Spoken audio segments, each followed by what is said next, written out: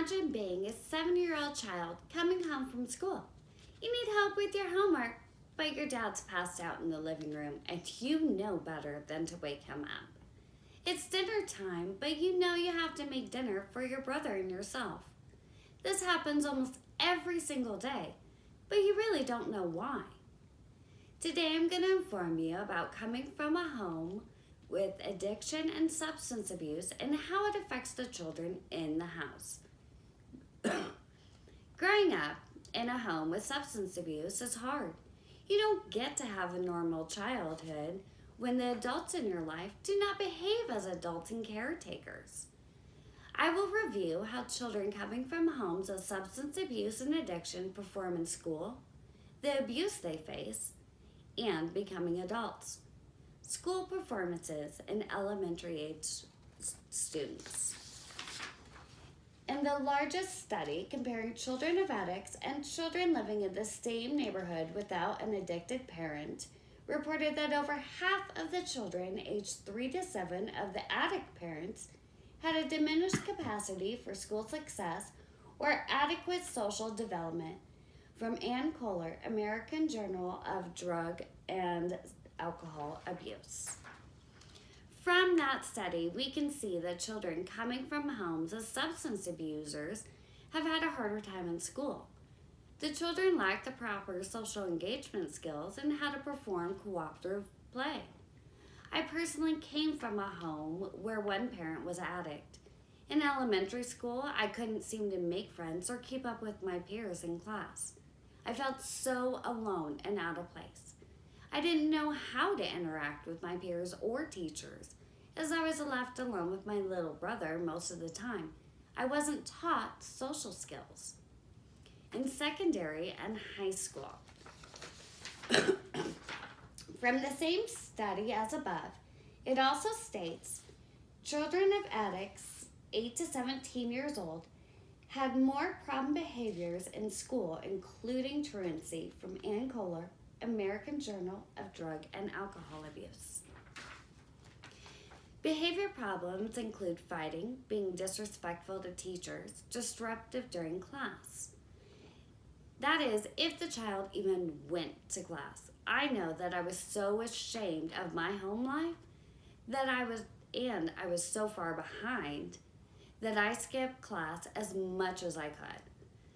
I would also do anything in my power to get kicked out of class if I was forced to go. Through the eyes of an educator, I worked in an ERR special education room. We had a student whose parent was an addict.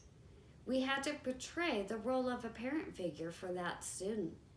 We could give that student more individual attention. But as a classroom teacher, they can't, as they have a classroom full of students. School is hard for children of addicts, but being at home can be a living nightmare. The abuse. Abuse comes in many forms. In a study done with parents who are an addict comes these statistics. Parents reported that the amount of physical punishment of their children, 46% believe that they hit their child harder than they should have. 16% hit a child with a fist. 46% hit a child with something other than their hand, usually a belt. Ann Kohler, American Journal of Drug and Alcohol Abuse. Along with these beatings, some also made threats with weapons. 4% threatened a child with a weapon, and 1% used a weapon on a child. I hope that none of you have ever lived through anything like this, but if you have, you know it's the most terrifying moment in a young child's life. I can still vividly recall the moment that my dad put a handgun to my head and said he would kill me if I dared tell anyone what was going on. Going from being beaten to being threatened with weapons, can it get any worse? Sadly, yes it does. 7% of parents said that their children have been exposed to sexual abuse. Ann Kohler, American Journal of Drug and Alcohol Abuse. This number is heartbreaking. The mental pain of being physically abused is something that you never get over. The shame and dirtiness you feel, even though it was not your fault, it haunts you forever.